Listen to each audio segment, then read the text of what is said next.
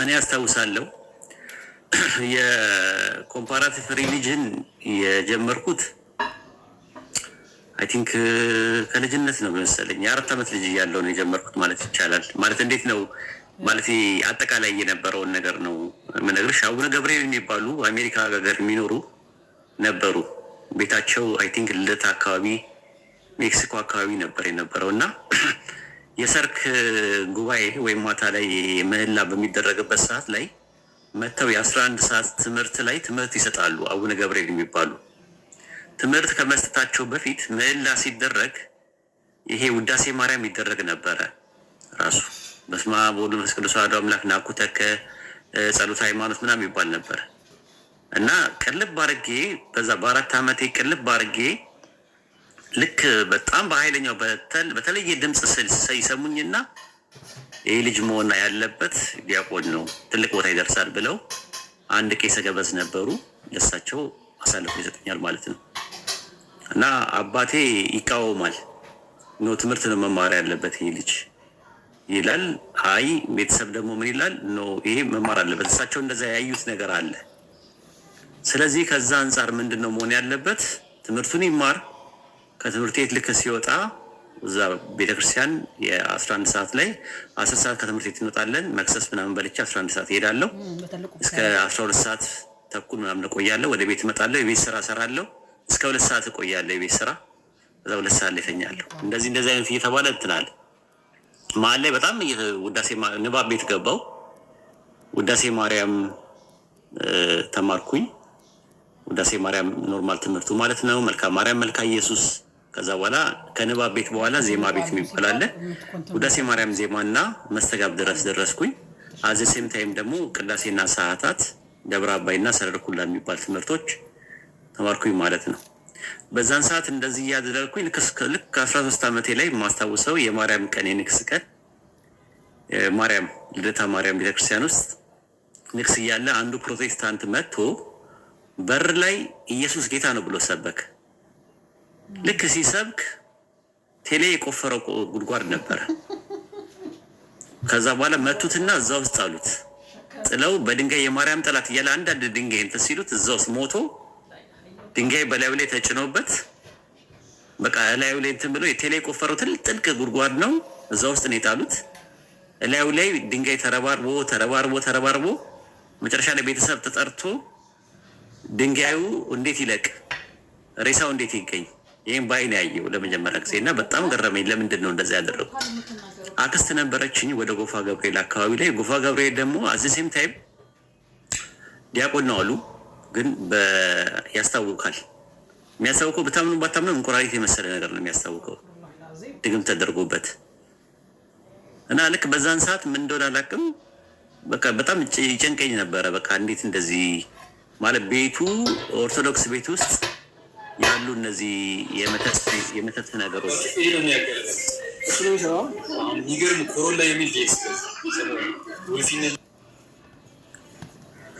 የመተት ነገሮች ምናምን ነገሮች አሉ፣ ትምህርቶቹ አሉ።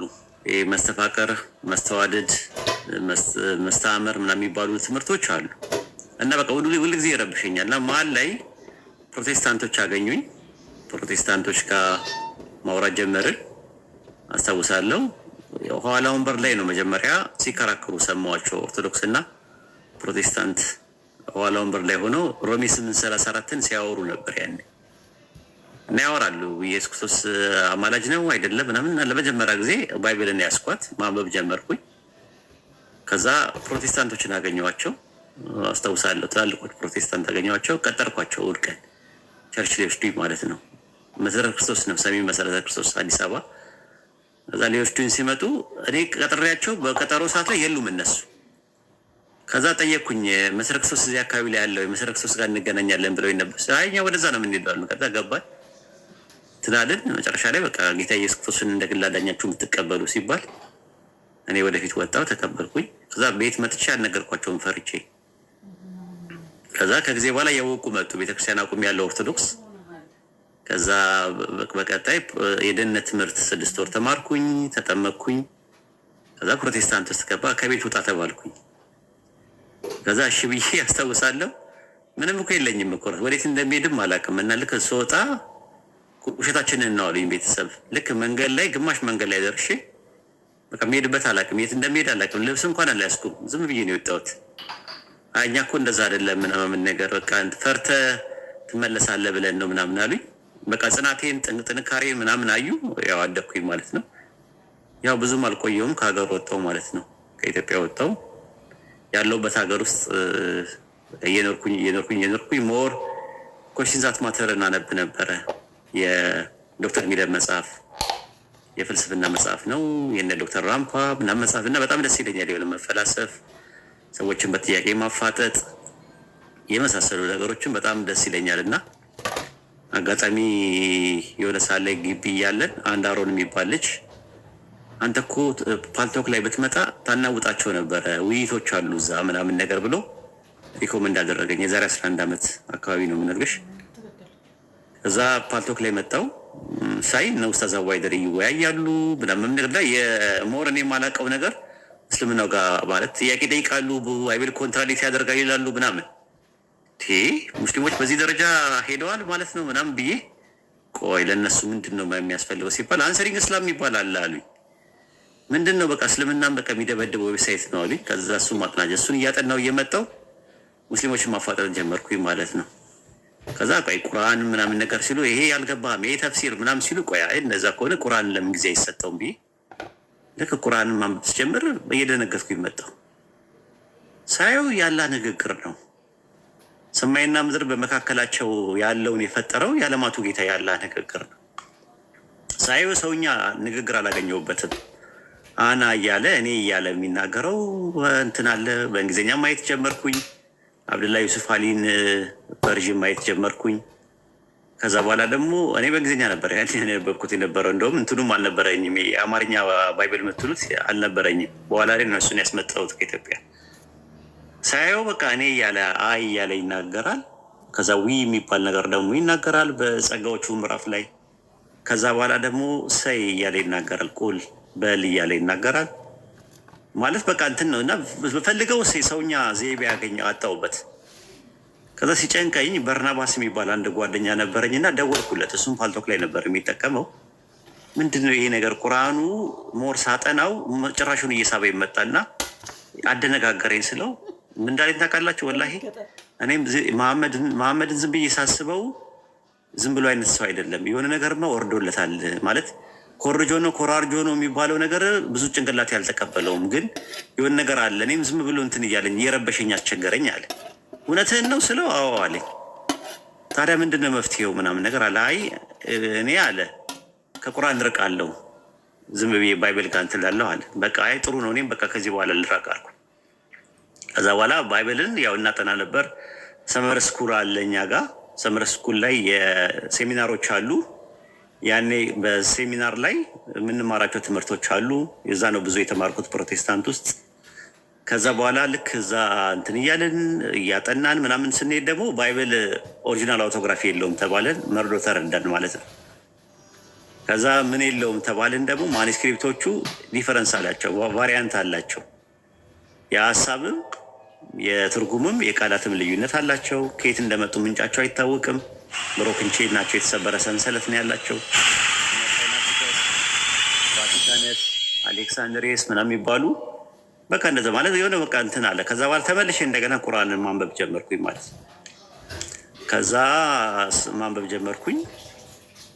ከዛ በኋላ ከቁርአን በኋላ ሀዲስ ማንበብ ጀመርኩኝ። ከሀዲስ በኋላ ተፍሲር፣ ከተፍሲር በኋላ ሲራ። እንግዲህ እነዚህን ሁላ የምነግራችሁ በእንግሊዝኛ ነው ያነበብኩት። በኋላ ነው በአማርኛ ላይ አይ ቲንክ በእንትንም ያለ አይመስለኝም። ሲራ ምናምን የሚባሉ ነገሮች እኔ ስቲል ነው አሁንም በአማርኛ አላውቃቸውም። ግን በአማርኛ የቁርአን ትርጉም ያስመጣሁት ከአገር ቤት ነበር ያስመጣሁት የነበረው። በኋላ ላይ በቃ ደነገጥኩኝ፣ ከሚዲያ መጥፋት እንዳለብኝ ተሰማኝ። ከዛ ለአንድ ልጅ ነገርኩት፣ ሞር እስልምና እንትን እንዳለኝ ምናምን ነገር ስነግረው በጣም እንደገረመው ማለት ነው። እና አይ ሻዳ መያዝ አለብህ አለኝ። ከዛ ሻዳ የሚያስይዘኝ ሰው ጠፋ። አላቅም እኔ መስጊድ ምንድን ነው ምናምን ነገር አላቅም ነበር በዛ ሰዓት። ልክ ከዛ ምንድን ነው ያደረግኩት፣ መንገድ ላይ የኮርነር ዳዋ የሚሰሩ ሰዎች ነበሩ ከተማ ላይ ማለት ነው። እና አግኝቻቸው መስለም እፈልጋለሁ አልኳቸው። ስላቸው ለምንድን ነው የምሰልመው ሲሉኝ ምክንያቴን እንደዚህ ያጠናሁትን ስነግራቸው አንተ ሙስሊም ነው ሲሉኝ የባካቸው ሻሃዳ ሲይዙኝ አሁን ሌላውን ነገር ትታችሁ ሻሃዳ ሲይዙኝ አልኩኝ። ነፍሴ አላረፈችም፣ ተኝቼ ለመነሳቴ ምንም ዋስትና የለኝም አልኳቸው። ከዛ በቀጥታ ምንድን ነው ያደረጉት እነዛ ሰዎች ሻሃዳ አስያዙኝ ማለት ነው። በቃ ደስ አለኝ። ከዛ ጥሩ እንቅልፍ ተኛው። ከዛ ያው ሚዲያ ላይ ጠፍቼ ለ1 ዓመት ያክል ነው ምናምን ነገር ያው ትምህርት መማር ጀመርኩኝ ማለት ዲኑል ኢስላም መማር ጀመርኩኝ፣ ማጥናት ጀመርኩኝ። የሚጠየቁ ጥያቄዎች ኢስላም ላይ የሚጠየቁ ጥያቄዎች ምንድናቸው መልስ መስጠት አለብን የሚለውን ልክ ከ1 ዓመት በኋላ ለኡስታዝ አቡሀይደር እናገኘሁት ማለት ነው። አላመነኝም መጀመሪያ ማለት ነው። እና ገረመው ምናምን ነገር ከነዛ ነው ግን ሚዲያ ላይ እጠፋለሁ ከዚህ በኋላ አልመጣም 1 ዓመት ያክል ምናምን ስለው አይ እንደዛማ አይቻልም አለኝ።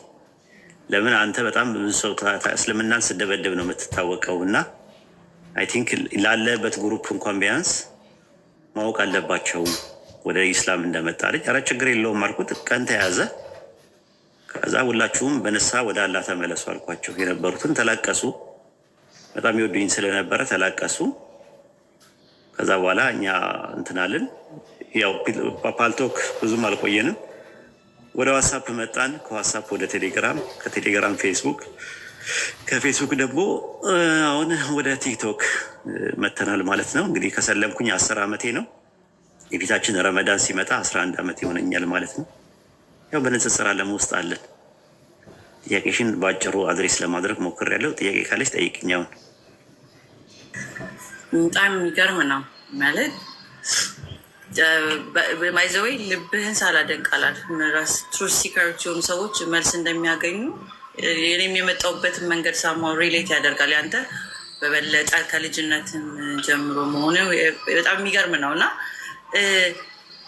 ያው የክሮስ ላይኑን አሁን ልጠይቅህ የምፈልገው ጥያቄ ብዙ ሰዎች የሚቸገሩት የእውነት ክሮስ ላይኑ አለች አይደል? ከየትም ይሁን ከየትም እዛ ጋር ያችን መስመሯን እንዴት ነው ደፍረው ወደ መጠየቅም አንድ መጀመሪያ እርምጃውን መሄድ የሚችሉት፣ ወደ ሁለተኛው ደግሞ ወደ እውነተኛውን መንገድ ሲያገኙትስ ይዘው መቆየት የሚችሉበትን መንገድ ምን አድቫይስ ታደርጋቸዋለህ? እንደ አድቫይስ ነው የምትነግረን ነገር ካለ። ኤክስፒሪየንሴ ለየት ያለ ነው።